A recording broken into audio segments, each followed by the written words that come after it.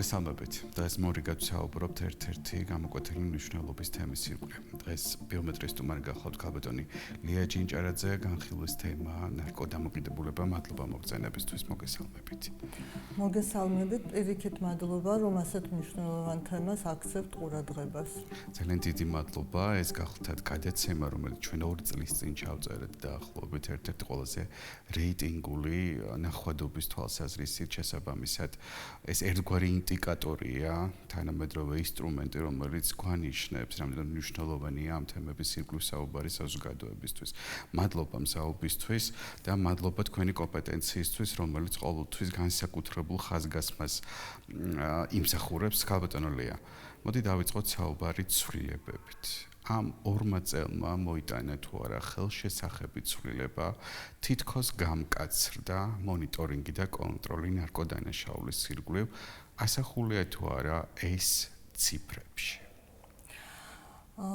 ძალიან მნიშვნელოვანი თემაა.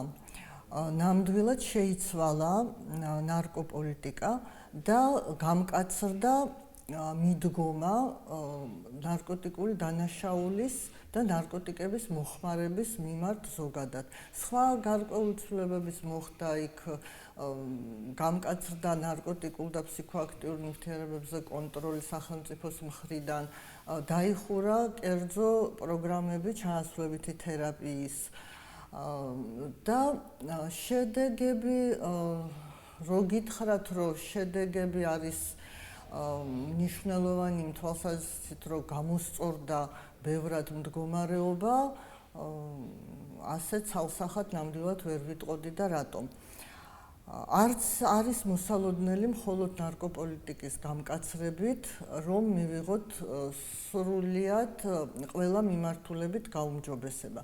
ნარკოპოლიტიკის გამკაცრება ერთი მხრივ გარკვეული ტიპის მომხმარებლისთვის შეიძლება გახდეს შემაკავებელი, რომ თავი შეიკავოს ნარკოტიკის მოხმარებისგან. მაგრამ აქ ლაპარაკია ვისზე. ეს არის ის ადამიანები, რომლებიც ნარკოტიკებს მოიხმარენ ეპიზოდურად, არ მოიხმარენ სისტემატიურად, არ არიან დამოკიდებული ნარკოტიკებზე და ასე თუ ისე შეუძლიათ გაკონტროლება თავიანთი ქცევის, ხო.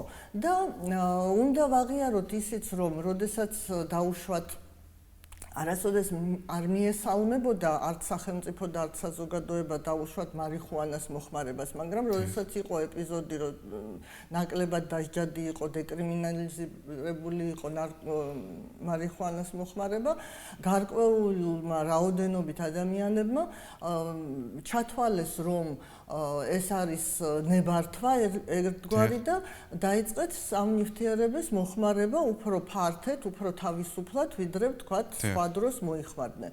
და ასეთი ადამიანებისთვის, ვისთვისაც მთავარი ეს არის დავისჯები თუ არ დავისჯები, რასაკვირველია ნარკოპოლიტიკის გამკაცრება, დასჯა იქნება შემაკავებელი და მოერიდება პრობლემებს კანონთან, პრობლემებს სამსახურში და ასე შემდეგ.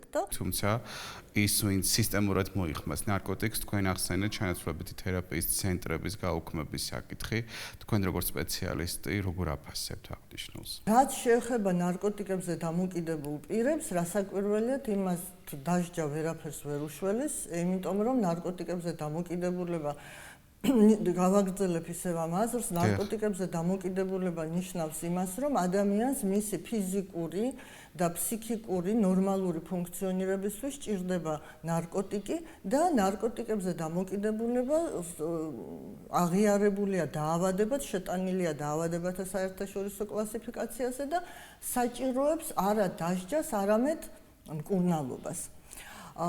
რაც შეეხება მკურნალობის საკითხებს, სანამ უშუალოდ ჩანაცვლებით თერაპიაზე ვილაპარაკებდი, მინდა ვთქვა, აი მოკლედ, რომ მკურნალობა სხვადასხვა ეტაპებისგან შედგება. ჩანაცვლებითი თერაპია შესაძლებელია, რომ გამოვიყენოთ მკურნალობის პირველ ეტაპად, ისევე როგორც სტაციონარული მკურნალობა, ანუ ჰოსპიტალური დახმარება ნარკოტიკებზე დამოკიდებულებისთვის.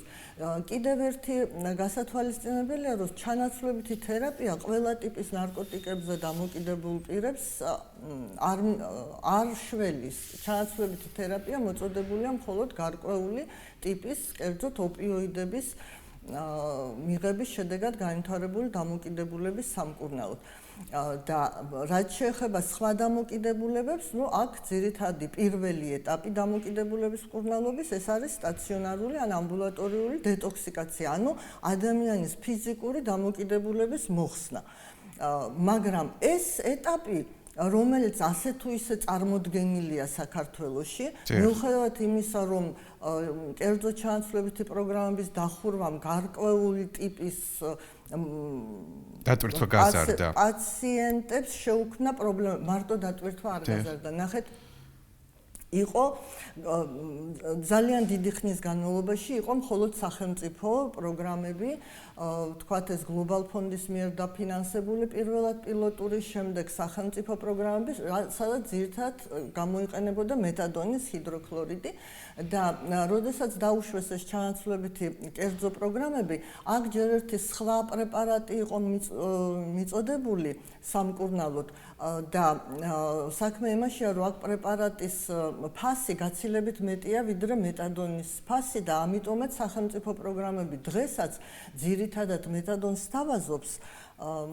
დამოკიდებულ პირებს სამკურნალოდ და აი ეს პრეპარატი ბუპრენორფინის და ნალოქსონის კომბინირებული პრეპარატი არის შეთავაზებული ძალიან მცირე რაოდენობით პაციენტებისთვის. ეს არის ის პაციენტები, ვინც ფიზიკურად ვერ იტანს მეტადონს და ის პაციენტები, რომლებიც კერძო ჩანაცვლებითი პროგრამებიდან გადავიდნენ პროგრამების დახურვის შემდეგ სახელმწიფო პროგრამებში. მაგრამ საქმე რაშია?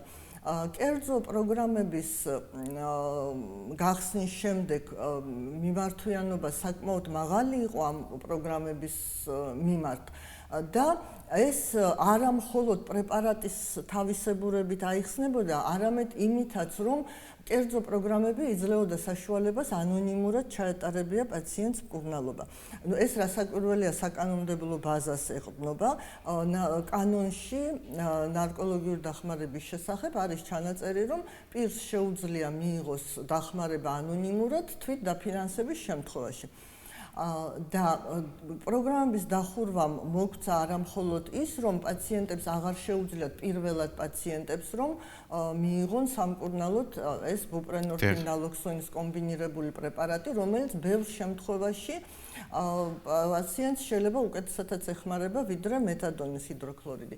მაგრამ გარდა ამისა, შეუძლებელი გახდა ჩანაცვლებითი თერაპია ანონიმურად. და თავისთავად მომართვიანობა წარმოქმნა უკანასკნელმა დისკომფორტი მასობრივი ხასიათის. ამან გარკვეული რამდენად მასობრივი თქვენ თვითონ იმსჯელეთ, დაახლოებით 50%-მდე ალბათ პაციენტი არ გადავიდა სახელმწიფო პროგრამებში, კერძო ჩანაცვლებით თერაპიის პროგრამებიდან. სტიგმა ისევ ძლიერია. ეს ხომ ნიშნავს იმას, რომ ეს ხალხი ხომ არ განიკურნა, ეს ხალხი დარჩა ასე ისევ სავარაუდოდ ქუჩის ნარკოტიკის ანაბარა. შესაძლებელია გარკვეული რაოდენობა ამ დამოკიდებული პირების, თქვათ, რაღაც მკურნალობის იქნება ეს ამბულატორიული თუ სტაციონარული მკურნალობის გავლის შემდეგ რემისიაშიც არის, მაგრამ მინდა აღვნიშნო, რომ სამწუხაროდ დამოკიდებულება ნარკოტიკებზე ეს არის ისეთი დაავადება, რომლის რემისიები უპირატესად არ არის ძალიან ხანგრძლივი და რომელიც არის ძალიან დიდი რისკის შემცველი გამწვავების თვალსაზრისით. ანუ არასოდეს არ ვიცით, აი ადამიანი თქვათ ჩაიტარა ყველანაირი მკურნალობა, რეაბილიტაცია და ასე შემდეგ, დღეს არის კარგად, არ მოიხმარს ნარკოტიკს, მაგრამ არავინ არ იცის რამდენ ხანს გაგრძელდება ეს. კაპიტანი ლია, თქვენ ძალიან ხშირად ახსენეთ ტერმინი განკურნება, მკურნალობა, პროცესი და მათ შორის დაავადებათა ნუსხაც მოიშველეთ. ჩვენ ყველანი ვაცნობიერებთ პრინციპში, შევთანხმდით, რომ რეალურად ეს არის უდიდესი პრობლემა და გამოწვევა, რომელსაც ლოგიკურად ქვია ავადობა. რამდენად არის საკმარისი ჩვენს ქვეყანაში სივრცეების რეაბილიტაცია, რომელიც უზრუნველყოფს მომსახურებას ადამიანების, რომელსაც აქვთ საჭიროება, თან გადაუდებელი საჭიროება მიმართონ მსგავს დაწესებულებებს, ეს იქნება სახელმწიფოს ქოლგის ქვეშ მოქცეული თუ მის მიღმა, რამდენად საკმარისია იმ სავალალო რიცხვთან, რომელიც გვაქვს ქვეყანაში, ნარკოდამოკიდებულების კუთხით. ძალიან კარგი შეკითხვა. სამწუხაროდ ჩვენ პაციენტებს ვერ ვაძლევთ სრულყოფილად იმ ყველა სერვისის შეთავაზებას, რაც მათ ჭირდებათ.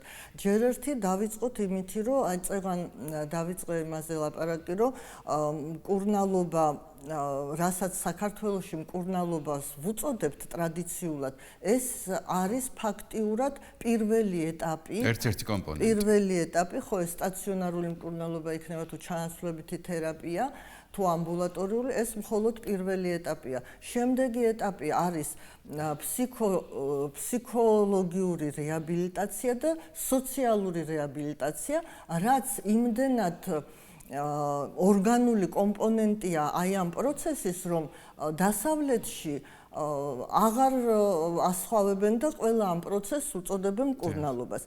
ძალიან ბევრჯერ ყოფილ ვარ დასავლეთში, კოლეგებთან, დასავლეთიდან ჩამოსულ კოლეგებთანაც მისაუბრია და აი იქ ჩვეულებრივად, როდესაც ლაპარაკობენ რეაბილიტაციაზე, იყენებენ ტერმინს მკურნალობა. ანუ, რისი თქმა მინდა, ჩვენს სახელმწიფოში ძირითადად არის მისაწვდომი ისევ და ისევ ეს მეთადონის ჩანაცვლებით თერაპიის პროგრამა და სტაციონარული პროგრამა არსებობს სახელმწიფო, რომელიც მთლიანად ფინანსდება სახელმწიფოს მიერ, მაგრამ არის ძალიან შეზღუდული რაოდენობრივად და ამ პროგრამის ფარგლებში მკურნალობისთვის პაციენტებს ზოგჯერ და ხშირად ხდება ეს, რომ უხდებათ რიგში დგომა, რასაკვირველია, ეს გამორიცხავს მყისიერ დახმარებას. თუმცა ფსიქოზების შემთხვევაში, ძალიან გართულებულ შემთხვევაში შესაძლებელია სწრაფად მიღება დახმარების, მაგრამ ყოველ შემთხვევაში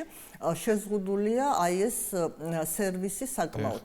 და კიდევ უნდა აღვნიშნოთ ისიც, რომ არსებობს კერძო ცენტრები, რამდენიმე, სადაც პაციენტს შეუძლია მიიღოს სტაციონარული დახმარება. აქაც ზოგიერთ ცენტრში შესაძლებელია ასევე შეზღუდული სახელმწიფო პროგრამით სარგებლობა და ძირითადად ცენტრები სთავაზობენ მკურნალობას საკუთარი ხარჯებით, რომელიც მინდა გითხრათ, რომ თანდათანობით ძვირდება და ამას ამ ცენტრების რაღაცა ბოროტნებას ვერ დავარქმევთ, ვერ დაუკავშირებთ ნამდვილად, იმიტომ რომ მოგეხსენებათ ძვირდება ცხოვრება, ინფლაცია მიდის, პრეპარატები ძვირდება, ხელფასებიც უნდა შესთავაზოს ცენტრმა თანამშრომელებს შესაბამისი და ასე შემდეგ. და რაც შეეხება შემდგომ კომპონენტს, აი ფსიქოსოციალური რეაბილიტაციის კომპონენტს, რომელიც არის გადამწყვეტი ალბათ აი რემისიის შენარჩუნებაში, იმიტომ რომ პირველი ეტაპი გვაძლევს მხოლოდ ფიზიკური დამოკიდებულების მოხსნას და ეს არის უბრალოდ შანსი, რომ ადამიანმა დაიწყოს მუშაობა თავისი შემდგომი ცხოვრების ხელახლა ჩამოყალიბებაზე თუ პირველადად ჩამოყალიბებაზე, ხო? ამას ფსიქოსოციალური დახმარების გარეშე, შეიძლება არ ვიტყვი, რომ გამორიცხულია, შეიძლება ერთეულები აღწევენ მყარ რემისიას, მაგრამ სოფლიო მონაცემები გვეუბნება, რომ მყარი რემისიისთვის აუცილებელი კომპონენტია ეს ფსიქოსოციალური. ძალიან საინტერესოა, ბოდიშგირდით რომ გაწყვეტინებთ. ჩვენ უკვე არსებულ პრობლემას განვიხილავთ ფაქტობრივად. მაგრამ რას აკეთებს სახელმწიფო პრევენციისთვის. რომ არ დადგეს ამ სიმძაფრით ახალგაზრდა თაობაში აღნიშნული საკითხი და პრობლემა. ან რა უნდა გააკეთოს სახელმწიფომ, თქვენი რეკომენდაცია არის ძალიან მნიშვნელოვანი და ძალიან სწორი. ხო, ძალიან სწორი შეკითხვაა ესეც. ოღონდ მინდა დავამთავრო წინადადება, რომ სახელმწიფო სამწუხაროდ ამ ფსიქოსოციალური რეაბილიტაციის თვალსაზრისითაც ბევრს ვერაფერს თავაზობს დამოკიდებულ პირებს, იმიტომ რომ მისაწვდომია მხოლოდ ძალიან მწირი ორკვირიანი ამბულატორიული კომპონენტი, რომელიც ფაქტიურად ძალიან ცოტაა, აი იგივე სახელმწიფო პროგრამის ფარგლებში. რაც შეეხება კერძო სარეაბილიტაციო ცენტრებს, არსებობს რამდენიმე ასეთი ცენტრი, მაგრამ რამდენადაც ეს რეაბილიტაციის პროცესი ხანგრძლივია, თუ სტაციონარული მკურნალობა 2 კვირით შემოიფარგლება, რეაბილიტაცია 2 კვირა არაფერი არ არის, როგორც აღნიშნე და ეს ლაპარაკია თვეებზე, რაც საკმაოდ ძვირი ჯდება და პრაქტიკულად ძალიან ცოტა დამოკიდებულ პირს და ცოტა ოჯახს აქვს საშუალება, რომ ეს რეაბილიტაცია რაც შეეხება სოციალურს, ალბათ ეს არის მთელი ცხოვრება გრძელდება, იგივე დასაქმების კუთხით, განათლებას, ხელმისაწვდომობის, სოციალური სხვადასხვა ჩართულობების და აქტივობების კუთხით. აბსოლუტურად მართალი ბრძანდებით და რომელ სოციალურ რეაბილიტაციაზე არის ლაპარაკი, როდესაც აი რაც მე წეგან თქვი, რომ ძალიან ბევრი პაციენტი სახელმწიფო პროგრამაში არ გადავიდა კერძო ჩანაცვლებითი პროგრამიდან იმის გამო, რომ აი ეს სოციალური მიუღებლობა არსებობს პაციენტებს, სტიგმა არსებობს და ძალიან ბევრი ჩემი პირადად პაციენტი, მეც მუშაობდი კერძო ჩანაცვლებით პროგრამაში, ძალიან ბევრი ჩემი პაციენტი იყო დასაქმებული. მე არ ვამბობ, რომ კანონით არის შეზღუდული დამოკიდებულ პირთა დასაქმება გარკვეული კატეგორიის სამსახურებში და არ ვამბობ, რომ იქ უნდა იმუშაონ, მაგრამ აი ჩვენთან საზოგადოებაში მოგეხსენებათ, რომ გებულობს ადამიანი, რომ აი ვიღაც არის დამოკიდებული, არც ერთ კერძო სტრუქტურასაც არა მხოლოდ სახელმწიფო სტრუქტურას აღარ უნდა ასეთი ადამიანის მიღება სამსახურში. ხო, უნდობლობა, სტიგმა და ისევ დისკრიმინაცია და ეს არის რა? ეს სოციალური რეაბილიტაცია თუ არ ჩაუტარდა პაციენტს, თუ არ გაიარა, წარმოიდგინეთ, ადამიანი მთელი ცხოვრება ღებულობდა ნარკოტიკს, მისი დღე იყო სტრუქტურირებული ამ ნარკოტიკის ირგვლივ, ხო? აი დაუშვათ მთელი ძალისხმევით, იმ მკურნალობით, რეაბილიტაციის პროცესის გავლით მიაღწია რემისიას და რაღაცა ხო უნდა გააკეთოს. საზოგადოება აბრუნებს იგივე საწყისთან. ხო, ძალიან ხშირად ოჯახიც ამ ეტაპზე კმაყოფილდება უკვე და მე იმისიც მესმის, რომ თავარია არ გაიტანოს სახლიდან არაფერი, არ დააშავოს, არ კონდეს პრობლემა პოლიციასთან და ოჯახი ამოისუნთქებს შვებით, მაგრამ ადამიანი რჩება, ასე ვთქვათ, ცარიელი ცხოვრების პირობებში, ხო? არ შეიძლება უბრალოდ რაღაცას დაანებო თავი. საჭიროა ერთი აქტივობის მეორე აქტივობით ჩანაცვლება, რაც არანაკლებ სასიამოვნო იქნება. ყველას გვჭირდება ჩვენ თვით რეალიზაცია, დამკვიდრება საზოგადოებაში და საზოგადოებისგან რაღაც მიმღებლობა, ხო, საზოგადოებაში ჩვენი ადგილის მონახვა. როგორც მინიმუმ თანასწორობა, იმიტომ რომ სწორედ თანასწორობის და საკუთარი თავის რეალიზების შესაძლებლობების დეფიციტს მიყავს ალბათ ადამიანი ადიქციამდეც. კაპიტან ლია, არსებობს უსაფრთხო ნარკოტიკული საშუალებების ერთგვარი ილუზორული აღქმა, რომ არის გარკვეული ჯგუფი, რომელიც უსაფრთხოა და ნაკლებად შეიცავს საფრთხეს. იმისთვის, რომ ჩვენ არ მივიღოთ ახალი თაობა, ადიქციებით სავსე თაობა, რომელიც გვაქვს სამწუხაროდ სახეზე დღეს. და ჩვენ ვიცით, რომ გაახალგაზრდავდა მომხმარებელთა ასაკი. თუ ჩვენ ადრე ვიცოდით, რომ დამოკიდებულება უმეტესწილად იყო მამაკაცებისთვის დამახასიათებელი, ჩვენ დღეს ვხედავთ იგივე მცირეწლოვან ასაკობრივ კატეგორიაში ახალგაზრდა გოგონებსაც. სამწუხაროა, ბუნებრივია, მაგრამ უნდა არსებობდეს პრევენცია, როგორც მოდელი, რასაკეთებს სახელმწიფო ამ დროს და როგორი უნდა იყოს რეალური პრევენცია, რეალური გეგმა, რომელიც მიგვიყვანს შედეგამდე. გეთანხმებით სამწუხაროდ სახელმწიფოს მხრიდან, რასაც მე ვხედავ, ეს არის პრევენციის რაღაცა კამპანიური ხასიათის ეპიზოდები, რაღაც დღეები ტარდება, ზოგი არის სოფლიოში მიღებული, ვთქვათ, ნარკომანიასთან ბრძოლის დღე, ზოგი მოაგონდება ვიღაცას შეიძლება რომ საჭიროა და აი ესეთი კამპანიურ ხასიათს ატარებს ძირითადად და კამპანიური ხასიათის პრევენცია არ გვაძლევს იმ შედეგს, რაც ჩვენ რეალურად გვჭირდება. თუმცა სულ გაჩუმებას და პრობლემის არაღიარებას ეს გარკვეული ინფორმაცია, რაც არის მისაწვდომი საზოგადოების, ასე ვთქვათ, მოქანჯალება, თავის შეხსენება პრობლემის მხრიდან საჭიროა ესეც, მაგრამ არასაკმარისი, რა თქმა უნდა, იმისათვის რომ მივიღოთ ჩვენ რეალური შედეგი, საჭიროა გაწერილი იყოს პროგრამა პრევენციის სახელმწიფო დონეზე და ეს პრევენცია განვითარებულ ქვეყნებში იწყება ბავშვის განვითარების ადრეული პერიოდიდან, საბავშვო ბაღებიდან და უმცროსი კლასებიდან იწყება პრევენცია. ოღონდ აქ არ არის ლაპარაკი, რა თქმა უნდა, ნარკოტიკების შესახებ საუბრებზე.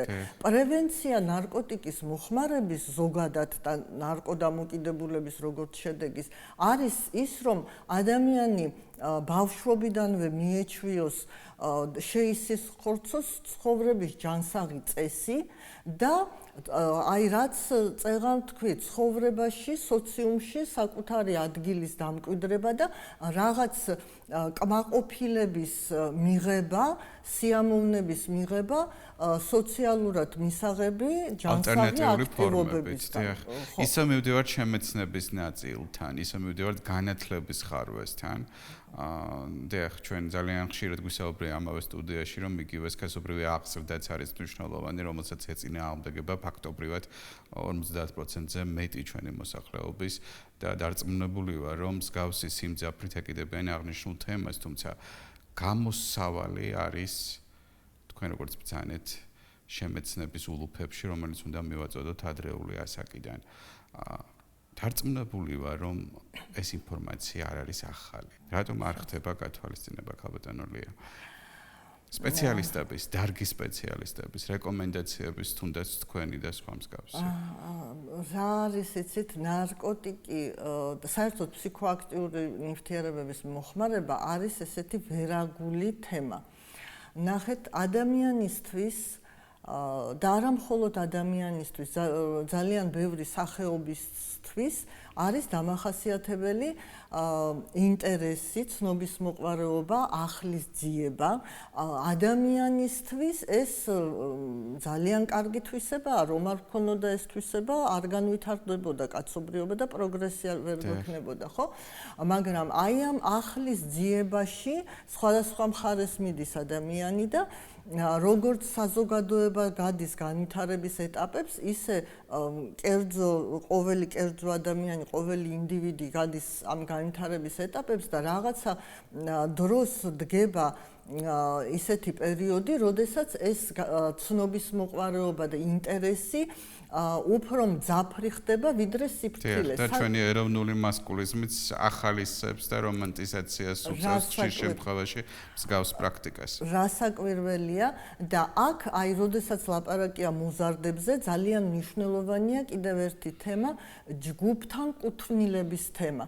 შეიძლება ყველა ადამიანი სხვადასხვანაირად აღიქვამს საფრთხეს, მაგრამ მე პირადად მქონია შემთხვევები პაციენტებს მოუყოლიათ ასეთი რამ, რომ შეიძლება თვითონ ვერც გაებედა ვთქვათ ამ ნაბიჯის გადადგმა, ნარკოტიკის ან სხვა ფსიქოაქტიური ნივთიერების მოხმარებას გულისხმობ, გარკვეული ინფორმაცია ქონდა ზიანის შესაძლებლობის შესახებ, მაგრამ აი ისეთ საზოგადოებაში, ისეთ ჯგუფში მოხვდა, სადაც უფრო იოლი დამოკიდებულება იყო ამ საკითხების მიმართ, ან სადაც ვიღაცა ავტორიტეტული წევრი ამ ჯგუფის მოიხმარდა ნარკოტიკებს, მიღებული იყო ეს საკითხი და ასე ვთქვათ, უბიძგეს მეტნაკლებად. მე არ ვამბობ, რომ ძალით ვიღაცამ გააკავა და ძალით მესმის დააძალეს, მაგრამ ყოველ შემთხვევაში აი ეს ისეთი ნატიფი საკითხებია, შეიძლება ვიღაცამ შეარცხვინოს, აბუჩათ ააგდოს, რომ აი თქვენ რაც ბრძანეთ მასკულინური თვალსაზრისით, ხო, ბიჭო, შენ რა გეშინია, აი ჩვენ ხომ თქვათ მოვწიეთ ან რაღაც მივიღეთ და აი ცოცხლები ვართ, რისი გეშინია, ერთჯერადად ერთი არაფერს არ გიზამს. აი სწორედ საინტერესო ნაწილს მივუახლოვდით. და უნდა დავაბრუნოთ ეს თემა აუცილებლად ჩვენი საუბრის ქრონოლოგიაში. ერთი ზოგადად 2 თუ 3 თუ ზოგადად უსაფრთხო დოზა. ეს არის ილუზია თუ ეს არის რეალობა. ვისაუბროთ საზოგადოებასთან ამ თემის ირგვლივ. არსებობს თუ არა რეალურად ოქროშუალედი დამოკიდებულების ნაწილში. არა, ნარკოტიკების მოხმარების თვალსაზრისით ოქროს შუალედი არის გამორიცხული. და რატომ? ნარკოტიკების მიერ მოტანილი ზიანი არ არის მხოლოდ დამოკიდებულება. დამოკიდებულება არის ძალიან დიდი ნაწილი ნარკოტიკების ზიანისა, მაგრამ ძალიან ბევრი ადამიანი დამოკიდებულებამდე ვერც აღწევს და პირველი, მეორე ან მესამე ზუსტად მიღება ნარკოტიკის ხდება მათთვის ფატალური, სასიკვდილო და ჩვენ სამწუხაროდ ძალიან ბევრი ასეთი შემთხვევა ვიცით, გახმაურებული იყო ტელევიზიითაც და ასე შემდეგ, ხო? აქაც აი ეს ნარკოტიკის ვერაგობა თუ ადამიანი ფიქრობს, რომ აი ეს ერთი მიღება რას მიზამს, უბრალოდ მაინტერესებს, აი ესენი მიყვებიან, რომ კარგია, ასე შემდეგ და ერთხელ გავიგებ უბრალოდ რა არის და შევწყვეტ, ხო? აი ეს ერთი შეიძლება გახდეს საბოლოო. რატომ?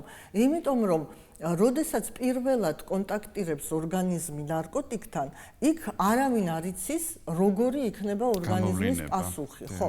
ნარკოტიკი არის შხამი, ამაზე ხოვთ ტოქსინი, სამედიცინო თვალსაზრისით, ქიმიური თვალსაზრისით ტოქსინია, ხო? ანუ ეს არის რაღაცა ნივთიერება, რომელიც არ უნდა მოხვდეს ადამიანის ორგანიზმში, არ არის ადამიანის ორგანიზმი უჯრედის დონეზე, ბიოქიმიის დონეზე მზად ამ ნივთიერების გადასამუშავებლად და ყველა ის შემთხვევა, როდესაც ნარკოტიკი მოხვდა ორგანიზმში და ორგანიზმი გადარჩა, არის ორგანიზმის ბრძოლის შედეგი. ანუ ორგანიზმმა მოახერხა, რომ ეს ნივთიერება რაღაცნაირად ისე გადაამუშავა, გაანეიტრალა, რომ გადარჩენა შეძლო. მაგრამ საქმე იმაშია, რომ რაც უფრო გამოუცდელია მომხმარებელი და განსაკუთრებით პირველი გამოცდილება ამ თვალსაზრისით სახიფათო, მით უფრო ძნელია მისთვის ამ ნარკოტიკის დოზა და მიღების, ვთქვათ, გზა შეარჩიოს ისე, რომ მისთვის იყოს ეს უსაფრთხო. რასაკვირველია მიღების სხვადასხვა სახეს, სხვადასხვა გზა მიღების სხვადასხვანაირად არის სახიფათო, ყველაზე რთული, ყველაზე სახიფათო ინტრავენური მიღებაა, თუმცა არის აღწერილი შემთხვევები, როდესაც პერორალური მიღებაც გახდა, ანუ დალევით მიღებული ნარკოტიკიც გახდა ფატალური, რატომ? იმიტომ რომ აქ კიდე სხვა მექანიზმია, თუ ინიექციური ნარკოტიკის ეფექტი სწრაფია და სწრაფად ხვდება ადამიანი, რომ საკმარისია მისთვის ჭყალებში დოზა, როდესაც სვამს პრეპარატს, იქ უკვე დროზეა დამოკიდებული, ხო, ეს პრეპარატი უნდა გაიხსნას, შეიწოვოს, რაღაც უფრო დიდი დრო გადის პრეპარატის მიღებიდან მისი მოქმედების გამოხატვამდე და ძალიან ხშირად აი აქ უშვებენ შეცდომას, ფიქრობენ, რომ არასაკმარისი დოზა მიიღო, ამატებენ პრეპარატს იგივეს, ამატებენ სხვა პრეპარატს, ან თავისი, ან თქვათ, სხვისი რჩევით, ან საკუთარი გადაწყვეტილებით იგივე ალკოჰოლს და ძალიან ხშირად აი ეს პრეპარატების ჯამური ეფექტი გაცილებით უფრო აჭარბებს, ვიდრე ცალ-ცალკერო ეს ეფექტები განვიხილოთ, ხო? და ხდება ფატალური. დიახ, მესმის ძალიან ღირებულია ეს ინფორმაცია. განსაკუთრებით მოზარდებისთვის, რომელთაც ძალიან ბევრი კითხვით ინიშნები აქვს და ფაქტობრივად არც კი არსებობს რგოლი, რომელიც გასცემს კომპეტენტურ პასუხს დაწყებული სკოლიდან დასრულებული უმაღლესი საგანმანათლებლო სივრცეებით. ბუნებრივია ეს არის საკმაოდ სტიგმატიზირებული თემა და ღია დისკუსიაში არც კი შემოდიან ამ საკითხის ირგვლივ. პოლინარკომანია გამოჩნდა ტერმინი, უამრავი სხვადასხვა შერეული თუ სინთეთიკური საშუალებები, რომელიც იწვევს ნარკოტიკულ თრობას. ვისაუბროთ ამ თემის ირგვლივ და იმ მითებზე, რომ თითქოს მსგავსი პრეპარატები ნაკლებად შეიცავს სიცოცხლის საფრთხეს, აქვს თუ არა მოსაზრება ზოგადად არსებობის საფუძველი. მე მგონია, ეს ეგრეთ წოდებული კლუბური ნარკოტიკები და ეგრეთ წოდებული მსუბუქი ნარკოტიკების ტერმინი უფრო მარკეტინგული და უფრო მეტად იმ ადამიანების მოფიქრებული და გავრცელებული ინფორმაცია, ვინც დაინტერესებულია ნარკოტიკების რეალიზაციით. რა თქმა უნდა, გაუსწოროთ უნდა თვალი რეალობას, რომ ნარკობიზნესი არის ძალიან სერიოზული ბიზნესი და ძალიან ძლიერი. ერთ-ერთი უდიდესი ფინანსურად მომგებიანი, ხო? და ამიტომ ჩვენ რაც არ უნდა ვებრძოლოთ ნარკოტიკების მოხმარებას, ნარკობიზნესი ასე ადვილად უკან არ დაიხევს და სულ ახალ მეთოდებს იგონებს. ერთ-ერთი ასეთი მარკეტინგული სვლა მომგებიანი ნარკობიზნესისთვის მინდა ვთქვა, ზუსტად არის ეს ნარკოტიკების დაყოფა მსუბუქ და მძიმე ნარკოტიკებად. ნარკოლოგები არ ყოფენ ნარკოტიკებს მსუბუქ და მძიმე ნარკოტიკებად, იმიტომ რომ ნებისმიერი საერთოდ ნივთიერება ნარკოტიკების სიაში ხდება იმ შემთხვევაში, თუ იწვევს გამოხატულ ზიანს ფიზიკური ჯანმრთელობის ან სოციალური კეთილდღეობის ან სოციალური თვალსაზრისით არის სახიფათო, ან ფიზიკური ჯანმრთელობის და უფრო ხშირად ორივეს თვალსაზრისით, ხო? ასე რომ თუ ნივთიერება შეტანილია ნარკოტიკების სიაში, უკვე ეს არის აბსურდი, იმაზე ლაპარაკი, რომ ეს არის მსუბუქი ნივთიერება. ამ მოსაზრების აი ამ სიმსუბუქის ბრჭყალებში შესახებ მითის გავრცელებას ხელს უწყობს ის ფაქტი, რომ სხვადასხვა ნივთიერებები სხვადასხვა ეფექტს იძლევიან და სხვადასხვა არის ის დამოკიდებულების კლინიკური სურათიც, ხო? აი მაგალითად აღიარებული ოპიოიდური ნარკოტიკები, რომლებიც აღიარებულია მძიმე ნარკოტიკებად, აი რატომ არ არის ამაზე მომხმარებლებში ორი აზრი? იმიტომ რომ როდესაც ოპიოიდურ ნარკოტიკზე არის დამოკიდებული ადამიანი და ის წყვეტს ამ ოპიოიდური ნარკოტიკის მიღებას, ვლინდება აღკვეთის სიმპტომატიკა ძალიან მძიმე, ეგრეთ წოდებულ ლომკას რო ეძახიან და ეს არის ფიზიკური მძიმე ტკივილები, შეიძლება აქ იყოს ღებინება და ასე შემდეგ. მძიმე გამოვლენა ფიზიკური თვალსაზრისით, რაც თვალნათლივია, თვითონაც ხედავს რა დღეშია და სხვაც ვინც უყურებს, ხედავს რომ ძალიან მძიმედ არის ადამიანი, ხო?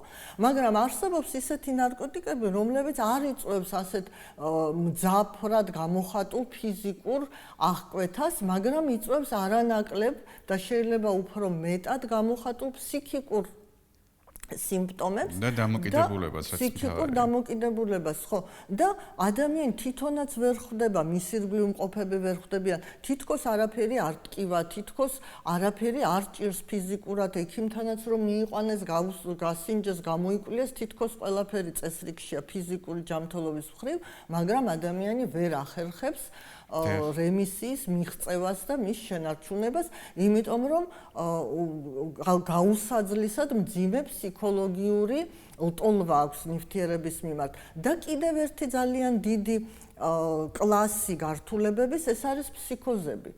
ყველა ნარკოტიკი და სხვა არანარკოტიკული ფსიქოაქტიური ნივთიერება, როცა ქვია ნივთიერებას ფსიქოაქტიური, ეს ნიშნავს, რომ მოქმედებს ფსიქიკაზე, ანუ თავის ტვინზე. თუ თავის ტვინზე მოქმედებს ნივთიერება, აქ უკვე დამოკიდებული დოზაზე, მიღების ხანგრძლივობაზე, თვითონ ნერვული სისტემის მდგომარეობაზე შესაძლებელია სხვადასხვა გართულებები გამოიწვიოს და აი ასეთი ძალიან ბევრი ნარკოტიკი, მინდა ვთქვა, რომელიც ფიზიკურ დამოკიდებულებას და ფიზიკურ აღკვეთას ნაკლებად იწვევს, სამაგიეროდ იწვევს ხშირად სხვადასხვა სიმძიმის ფსიქოზებს, იგივე მარიხუანა. მესმის აბსოლუტურად კაპიტონულია შესაძლოა შარდეს სუბიექტურად, მაგრამ ჩემი ფოკუსი მაინც მიმართულია ახალი თაობისკენ და მეტწილად შინაარსობრივად მინდა რომ პრევენციის ხასიათს ატარებდეს, ამიტომ ვრუნდები ერთ კონკრეტულ საკითხთან, რომელიც ძალიან მნიშვნელოვანია, ვფიქრობ.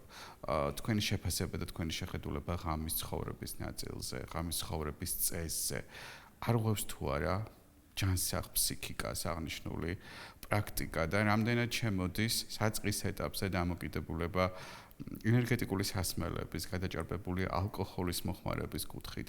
სად და როდის უნდა იყოს ყურადღებით განსაკუთრებით მშობელი ახალგაზრდა შვილის, მოზარდის, ბავშვის და სად არის ის წერტილი, სადაც რაღაც ნიშნები იკვეთება, რომელსაც უნდა მიექცეს განსაკუთრებული ყურადღება იმისთვის, რომ რეალურად პრევენციული ღონისძიება იყოს დროული. ერთი მხრივ ადამიანს ჭირდება სეპარაცია უფროსებისგან, თუ ეს სეპარაციის განცალკევების ფაზა არ გაიარა ადამიანმა, ის ვერც ჩამოყალიბდება სრულფასოვან დამოუკიდებელ ადამიანად, ხო? სამწუხაროდ მართლაც გეთანხმებით, ზოგჯერ და ხშირად ეს სეპარაცია მახინჯ ფორმებს ღებულობს, შეიძლება აქ გარკვეული პრობლემები არის, ვთქვათ, თაობების ურთიერთობაც.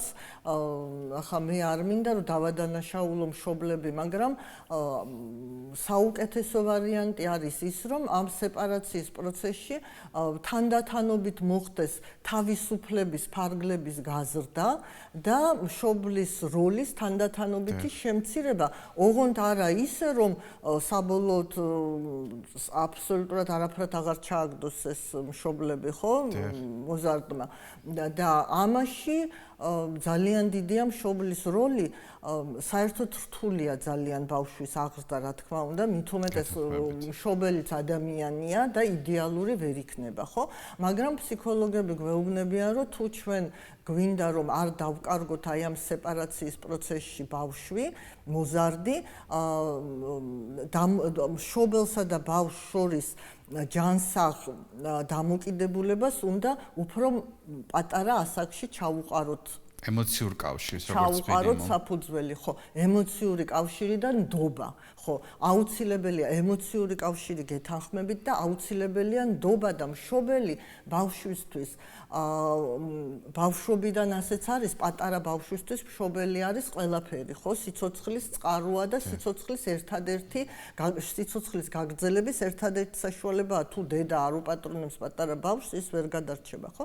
მაგრამ შემდგომაც ბავშვისთვის მშობელი არის ძალიან მნიშვნელოვანი ფიგურა და ძალიან ბევრი ისეთი პრობლემა, რაც მოზრდილის დიდის, იგივე მშობლის თვალსაზრისით შეიძლება უმნიშვნელოა, ბავშვისთვის მნიშვნელოვანია და აი ეს არის ძალიან კარგი, თუ ბავშვი ასეთი პატარა პრობლემებით მიმართავს ხოლმე მშობელს და აი აქ მშობლის როლი ძალიან მნიშვნელოვანია, მაგრამ ისევ და ისევ მშობელიც ხომ ადამიანია, ზოგჯერ არ არის იმის ხასიათზე, რომ ბავშვს კარგად მოусმინოს ყურადღებით და გაუგოს, ზოგჯერ შეიძლება არც იცის როგორ უნდა დაეხმაროს.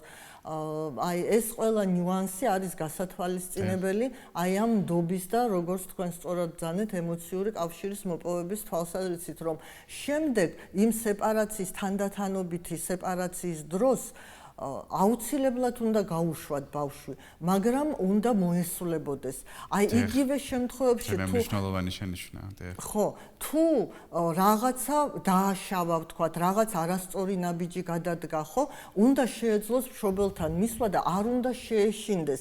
უნდა კონდეს იმედი, რომ მშობელი მიიღებს აიტანს მის აი ამ საკითხს, აიტანს იმ თვალსაზრისით კი არა, რომ რაღაც სასწაული დააშავა და ხელს დააფარებს. ყველა თავშესაფრის განცდა არ უნდა დაეკარგოს. ყველა საქციელს უნდა კონდეს თავისი შედეგი, მაგრამ რომ მშობელი ფსიქოლოგიურად ამ ტვირთს ზიდა რო შეუძლია, აი რო არ გახდებათ, ვაიმე დედაჩემმა რო გაიგოს, ცუდად გახდება, წნევა აუწევს, იქეთ დასაწყარებელი გამიხდება, ხო? აი ასეთი მოლოდინები რო არ კონდეს ბავშვს და თუ ბავშვს მიესულება მშობელთან, მაშინ რომც გადადგას რაღაცა ერთი არასწორი ნაბიჯი, იმას შემდეგ მეორე და მესამე და ფატალური ნაბიჯები აღარ მოყვება. დიახ, კაპიტანი ლია, რიცხვები ძიმეა, დრამატულია, საკმაოდ, რომელსაც აღარ ჩავუღრმავდებით. საკითხი საჭიროებს ბუნებრივია რეაგირებას შესაბამისი უწყებების მხრიდან და არამც არ უწევ პროპაგანდას ნარკოდანაშაულის კუთხით შემსუბუქებას სასჯელის, თუმცა ჩვენი საუბრის დასასრულს მაინც მინდა დავსვა კითხვა, რომელზეც ვიცი რაც იქნება თქვენი პასუხი.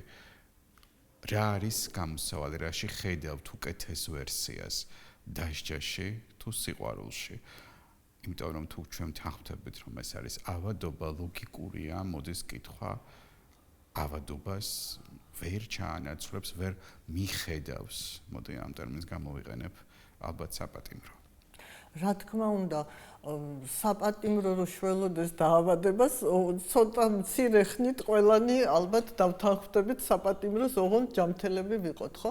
სამწუხაროდ ეს დასჯა ავადმყოფს ვერ შველის და აი თქვენ ძალიან კარგად წამოწიეთ, ეს სიყვარული არის აუცილებელი. დახმარება ვამბობთ ჩვენ, მაგრამ დახმარება მართლაც აი ეს ამ სიყვარულით უნდა შევთავაზოთ, იმიტომ რომ ის დახმარებაც თუ ისეთია, რომ ადამიანი სტიგმატიზირებულად და მეორეხარისხოვნად გრძნობს თავს, შეიძლება ასეთი დახმარებაც არ უნდოდეს, ხო?